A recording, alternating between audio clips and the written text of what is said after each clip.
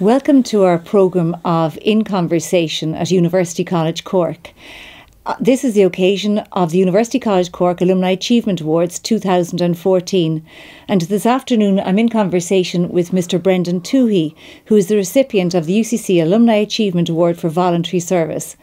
Brendan is a graduate of Civil Engineering 1977 and has had a very successful career, primarily as the former Secretary-General of the Department, the Irish Government Department of Communications, Energy and Natural Resources.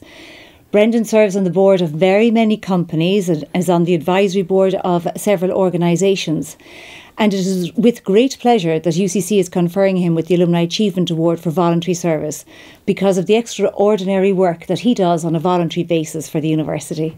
So Brendan, you're very welcome this afternoon. And in some sense, on occasions like this, I kind of say welcome back. But quite frankly, you're a very familiar face around campus because you're so involved with so many things here. So Brendan, in 1977 you chose to study here. Was it the only university on the cards at the time? Well, if you grew up in Cork as I did, it was the only university on the cards. People didn't tend to travel. Yeah. People tend to live at home and travel home for lunch. And were you always going to be an engineer? Well, from the day I started, yeah. So, engineering was the group of us in class together went on and did engineering. So it was sort of, I suppose we were all fairly good at maths and we felt that was the way to do it. And so did the Leaving Cert in Foreign Verse, and the group of us then came here to UCC. How many students were in the university in 1977? Probably about 5,000 at the time. And we would have had, between civil and electrical engineering, it was a common first year, we'd have had over 100 in first year. And the vast majority of those did civil. It was almost difficult to get electrical engineers at the time to study electrical engineering. That obviously switched over time. Electrical electronics became more fashionable and more successful then as well. And it was a 4-year degree in those days, wasn't it? It was a 4-year degree, yeah. And it was a 5.5-day week. You had lectures or drawing office on a Saturday morning to lunchtime from 10 till 1. I don't think that would be acceptable now. I suppose that times have kind of changed. But when you go back to those days and you think about it, were they good days? Were they happy days? Oh, yeah, of course. I mean, UCC was a much smaller campus. The Quarry Cup was the Quarry Cup. Yes. The quarry was there and you overlooked it from the drawing office in the civil engineering building. I think our year was the last year of the Quarry Cup as it was before they built the Bull Library. Oh, that's right. And, but, 5,000 people on a campus is, while at one level it's large, it's not. You know an awful lot of those people. Yes. And Cork was a smaller place as well. That's very true. You mentioned there the Bull Library. When you were going through as a student from 1977 and for 4 years, were you conscious of the fact that George Boole was the first professor of mathematics at this university? This was before the Bull Library, so probably not. Yeah, it's interesting. Most people weren't. No, I mean, we were more focused on the engineering side. Yeah. Although you did have you had only 2 restaurants. You had the campus kitchen and you had the main restaurant. So the different faculties and students from the different areas met together. Probably more so than today because the campus is much bigger and more spread out. So you could have different disciplines not even meeting today. And that's a feature of growth in the economy, I suppose, growth in the number of students studying here. Yeah, that's true. It's advanced dramatically to 20,400 students actually this year. Yeah. When you think about it. And when you graduated from UCC, what did you do then? My first job was in fire engineering with the City Fire Brigade. I did that for 5 years and then moved to Dublin in '83 and worked with the Department of Environment in the fire service side. They looked after the fire service nationally. And then I took over that role, that position there, and then took on building regulations and emergency planning in '86. And then, I suppose, '92, then I moved across departments into the administrative role of Assistant Secretary in the Department of Transport, Energy, Communications. Sort of unusual because most engineers stayed on the engineering side or the technical side. So I moved there in '92, took over the whole natural resources side and the whole corporate governance. We had a whole lot of the semi-state companies would have been under the department on Post, Telecom Éireann at the time, ESB, Bordgas. There were at one stage we had 57 companies under the department. So stayed there till '96 then on that area and then moved into the telecoms area, which was just really taking off at that stage. '96, we began, the whole internet stuff started at that. We began to take an interest and took responsibility there. And by '98 we had we we put down a marker that we wanted Ireland to be a centre for the technology and the digital industries. So President Clinton came here, you might remember the time when he visited, and we had the first ever signing of the e-commerce agreement, international agreement, and that was all done on screen. But that was all part of a strategy to position Ireland as the phrase we used at the time was a digital hub. And with that, we brought in some new global crossing. We did a cable in from the States into Ireland, and on foot of that, then a whole lot of the technology companies started coming here, Google, Amazon, all these companies. And part of that was to create a critical mass of these in the hope that we'd put down the marker before others and they'd position themselves here, and which is what happened, and we were fortunate enough in that.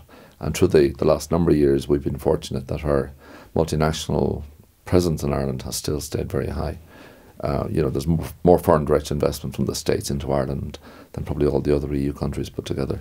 So would you say that there was great foresight in those years, in the mid to late 90s, to position Ireland such that it could be such a hub for international investment subsequently? Yeah, I mean, as an economy, if you go back to the 70s in Cork alone, they built the infrastructure first. The big water systems were built here, and the port and so on, and you end up with the pharmaceutical industry. So Ireland would have 9 of the 10 pharmaceutical companies, big ones worldwide. A lot of that now, that locus, some of that has moved towards Singapore and other places as well. But so then you would have had the electronics industries and that, and they came and went. You had the computing industry, you had Delop, and you had digital, if you remember, as well. And then Cork and Ireland, I suppose, we positioned ourselves when we got the first EU funding. We put a lot of money into education. We built the Institutes of Technologies, and we invested in people. We didn't put that same money into infrastructure, but it just happened at the time that having the people at the right time, English speaking, we had a very good young population and a very educated young population, and we were able to attract in the new knowledge industries. And so what's come out of that then, I suppose our infrastructure, our physical infrastructure, only caught up in the last decade. So you see all the roads programs and stuff like that. And so now we're back at the situation again, and we've had a roller coaster for the last number of years. But thankfully we're back at a growth path again. I think everybody is pleased to see the unemployment figures reducing again. Oh, there's no doubt about it. I mean, if you think of the challenges of those times and the opportunities, and now the fact that Ireland is so well positioned, you spoke about human capital, and you spoke about infrastructure, and of course you spoke about education. Sure. So clearly education has been something that's been very important to you, Brendan. Yeah, I think from the country's point of view, I mean, obviously we've all, like everyone else, I think, who's gone through UCC, I hope that others as well, but it was a great privilege to be educated here. With that, you don't just get certainly I did engineering, and engineering isn't just about the civil engineering side. You learn how to think, I suppose, and you learn how to address problems and solve problems and so on. So in that sense, that that's stuff that you just pick up and you move on. But as a country, I mean, we do produce, and we've always produced some very good engineers, some very good technical people. And then one of the challenges today then is to create almost an ecosystem from primary to tertiary, where you can develop the science, technology, engineering, maths, and now arts on top of that agenda. That's one of the projects we're working on here with UCC, with Trinity, NUIG and Queen's, to see if we could create this ecosystem and give us as a country a competitive advantage by introducing what we now call the STEAM agenda into primary schools, and start at that level, because it's clear that by 10 or 11 girls in the main have made up their mind what they're going to study. Guys are maybe a year or two later. So unless you address that issue at primary level, you will not get the number of graduates and the number of people studying at the far end. So you spoke about that STEM, science, technology, engineering and mathematics, to STEAM, where you incorporate the arts. What specifically are you doing, or is UCC doing at present? In that area, UCC is leading with some of the other universities, with the initiative being led out of Cork by some mixture both in college and people outside, and to see if we can create there's a number of pilots going on at the moment where we're using some doctoral students co-teaching with some of the primary teachers in an effort to see how we can develop this into an hour a week for the 4th, 5th and 6th classes in certain schools, seeing what can happen, but using really good quality material and in that way to get young people excited about the STEAM subjects. The science, the technology side, where they're fairly well, you can develop those. And introducing the arts into that is becoming a really interesting challenge. The arts is where you get the creativity and the innovation. And I think what was known previously as the STEM agenda has now become the STEAM agenda as a result. Yeah, it's very interesting. And I've been seeing recently where corporate America in particular wants to not just recruit people with MBAs, but also MFAs, so Masters of Fine Arts. So you'd have the combination of both, just playing to what you're just saying, where you'd have the creative mind in conjunction with the business mind, and out of that will come great innovation. Yeah, I think if you look at some of the investors on the West Coast now, they're looking for people to lead companies. It's not the MBAs they're looking for, they're actually looking for people who are technically competent and who have a feeling for the future, where the technologies are going. If they're going to invest significantly, they want to have people who can look to the future. And imagine. Yeah. And go back to the sort of uniqueness, I suppose. What can Cork, what can UCC bring to this? I mean, UCC has a long tradition on the arts as well. And it has a long tradition on the sciences, as you said earlier, on the engineering side. So putting the two of those together at that nexus, that point where these meet, there's a really interesting opportunity. There shouldn't be a big split between science and engineering on the one hand and arts on the other. Somebody who composes music isn't appreciably different to someone who writes code. Yes. They're both creative. You're both looking for the elegance in the solution. Yes. And there is a performance element to it. So I think on that, and UCC has that tradition, that long tradition of people who are technical also being involved with music. We look at who replaced Sean O'Reilly here. On the music side was a professor of engineering, Tomás O'Connell. So he was able to move across into music, having played with Nafili in his day. Yeah. So that tradition is there. Yeah, and people say very often also mathematics and music are very heavily involved. So, no, it's a very interesting space. Brendan, just going back a small bit, your role in the Department of Communications, Energy and Natural Resources, Secretary General, the top civil servant or public servant role. What is it about that role? What do you need to be successful in that role? What kind of characteristics? Oh, that's a difficult one. I suppose that part of the challenge you have there is you obviously need to know the brief that you're dealing with, and that's one. But you're at that interface between the political and the administration. So it's, for many people in business, they like clarity, they like certainty. This is the most ambiguous space you'll operate in, because by definition, politicians will almost want ambiguity right up to the end, and the people delivering will want certainty as early as possible in the process. So you're grappling with uncertainty most of the time, and ambiguity. Again, on that, very simply, at one level, where you're looking to, in some of our cases, we dealt with a lot of commercial issues. So, say An Post came under us, and you're looking at 90% of the business of An Post was carried out by 100 offices, and the other 1,800 did the other 10%. And from an economic point of view, you would say, well, we don't need those, we close them down. But the balancing act there is the post office was what brought life to the local community. It was an essential part of the local community. We see the same with primary schools and closing schools and amalgamating schools. So the job is not it's not just pure economics, it's not just pure finance. There are other issues as well, and the political dimension is a very legitimate dimension in the discussion. Maybe in the past, sometimes the political dimension has taken precedence over everything else, and that hasn't been good. But I suppose what we're trying to do over the years was to get the numbers right, in the sense of look at put numbers on things and quantify them, and then be in a position to make the decision based on the evidence available. If the political element was the overriding element, well, then that was a call by the government, but at least they were making it with the right information and the consequences. So that challenge.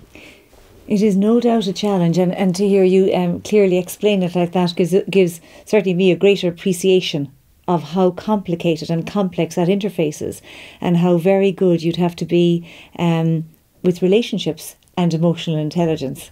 And I think certainly from our experience in the university, that certainly epitomises you, Brendan. You are getting this award because of your the incredible work you've done, and all in a voluntary capacity. Can you tell us a little bit of what it is you do for UCC? Okay. Well, I sit on a number of the advisory boards that you talked about. I suppose for the last 10 plus years on the Business Information Systems Advisory Board under Ciarán Murphy, who's a friend of mine. Then subsequently on the BE's Advisory Board for Biology, Environmental Science and the Earth Sciences. Also on the Arts and Humanities Advisory Board, again with some other people, and it's just an eclectic group of people who sit and provide support and advice to the staff. Some of that is done at the committees, and other times it's over the phone or in meeting people and just talking.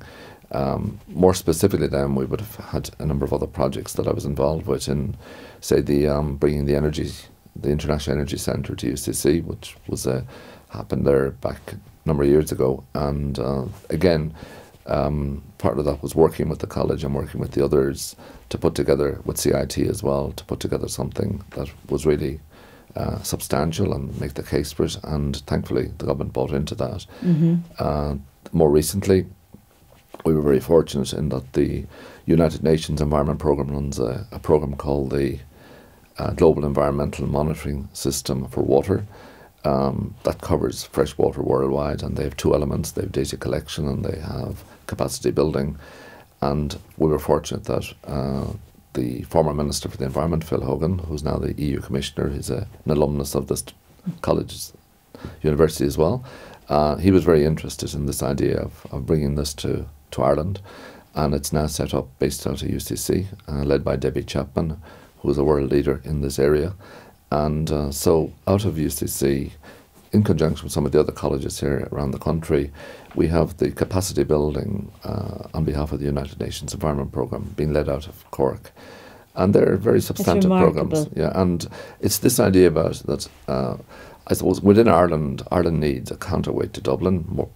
Cork is the obvious first point. It's a counterpole to Dublin. It's really important. Otherwise, everything congregates in Dublin, and that's not good for the country. The second thing then is that within Cork and within UCC, getting people to think globally, that it's very important now today. I mean, we live in a very globalised world. The young people have no problem relating to that. But in the globalised world, the paradox is that the local becomes really important. So if I can locate somewhere anywhere in the world, well then I pick it because of the local environment. I pick it for the quality of the schools, the quality of the culture, the environment, and just the whole education, the health service. So in that sense, making Cork, for instance, a really strong place that's attractive, not just for locals to live, but for foreign direct investment as well.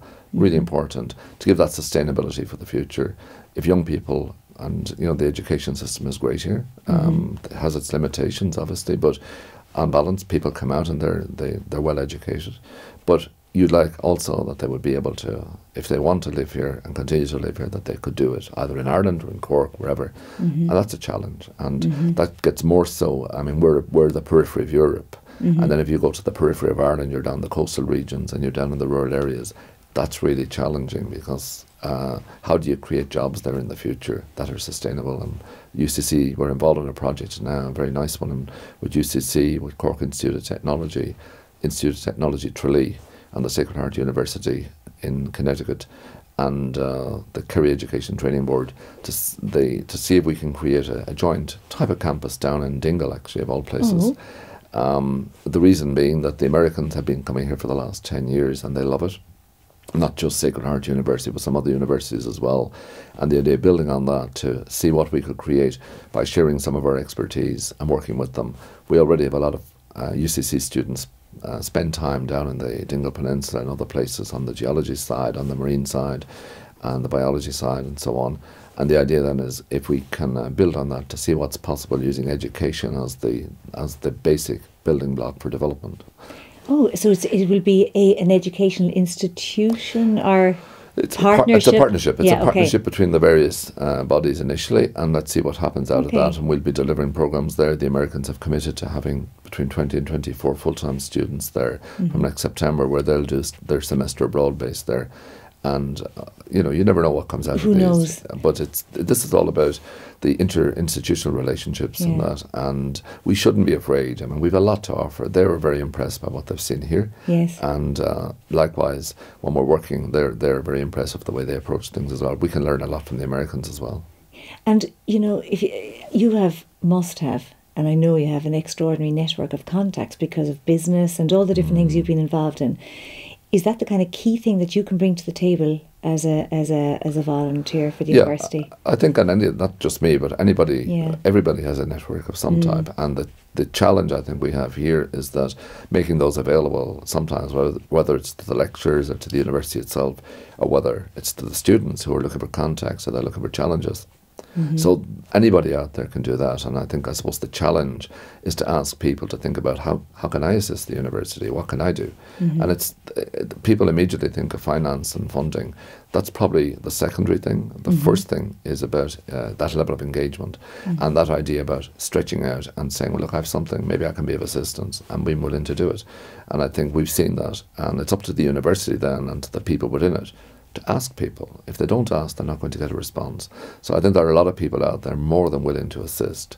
And the challenge for the university is to ask, and the people outside to indicate their interest and saying, look, I'm available, I can help, and these are the areas I think I can help. And with that in mind, I think you've come up with a very interesting idea that you would like to launch tomorrow night at the award ceremony. Yeah, well, talking to yourselves and Ronan and some of the others, the idea being that we'll ask the people at the award ceremony tomorrow night, there'll be about 150, give them an opportunity to send a text message and say, yeah, I'm interested in helping. We will then get the university will respond to that and make contact with them over the following few days and tell them how best they could do that. We'll also set up an email address, engage@ucc.ie, ENGAGE. That's very simple. And if you send an email to that, you'll get a response, and that'll tell you how to engage and how you can be of assistance. And then let's take the relationship and the process from there and see what happens. And the point you're making is very important to the university, and you know, alumni engage, I suppose, at very many levels. People like you engage, you know, from a strategic point of view, a business opportunity perspective. You can bring a network of contacts to the table, and you drive it with energy and positivity, which is all part of making things happen. I suppose alumni serve on interview boards as externs, advisory boards, take our students in undergraduate placements, employ our graduates, train our teams, and give voluntarily of their time mentoring. So what you're doing in reaching out through this new Engage idea, I think is very important, and there are probably people who are even listening to this who might consider responding. So I think you can attribute that to yourself and to your creative thinking and so on, Brendan. It's been an absolute pleasure chatting to you, and certainly you've given us a great insight into the work of a public servant, work of an individual in the private sector because of your involvement there, and then this idea of volunteering. But my final question for you is, why do you do it? I do it because I enjoy it, first and foremost. Yeah. I think it's an opportunity, it's a privilege to be able to help and do it. Yeah. It's very satisfying, very fulfilling. And I think anyone who does any type of volunteering will say that, whether it's assisting the local football team on a Saturday, whatever, why do they do it? They do it because they enjoy it and they find it fulfilling. I think that's the essence. I also pay tribute to the staff and that I've come across here. I've met some of the most amazing people, and they're very inspirational. A lot of these people could do exceptionally well outside and have done exceptionally well outside, but they've committed to education and committed to both research and education. And I think a lot of the time, you used the phrase public servant earlier, these are the unsung heroes. These are the people that really make the country go. They really make it happen. And a lot of the time you won't see what they do because it's done quietly under the radar. But there's some really top-class people I've come across in UCC, a level of commitment which is just superb, and just to acknowledge that. And volunteering with and helping and working with people like that is a real pleasure. Well, Brendan, it has been a real pleasure speaking to you, and again, heartfelt congratulations on this award. And the university is exceptionally privileged and proud to count you as one of its alumni. Thank you. So thank you very much, and That's us from In Conversation at University College Cork.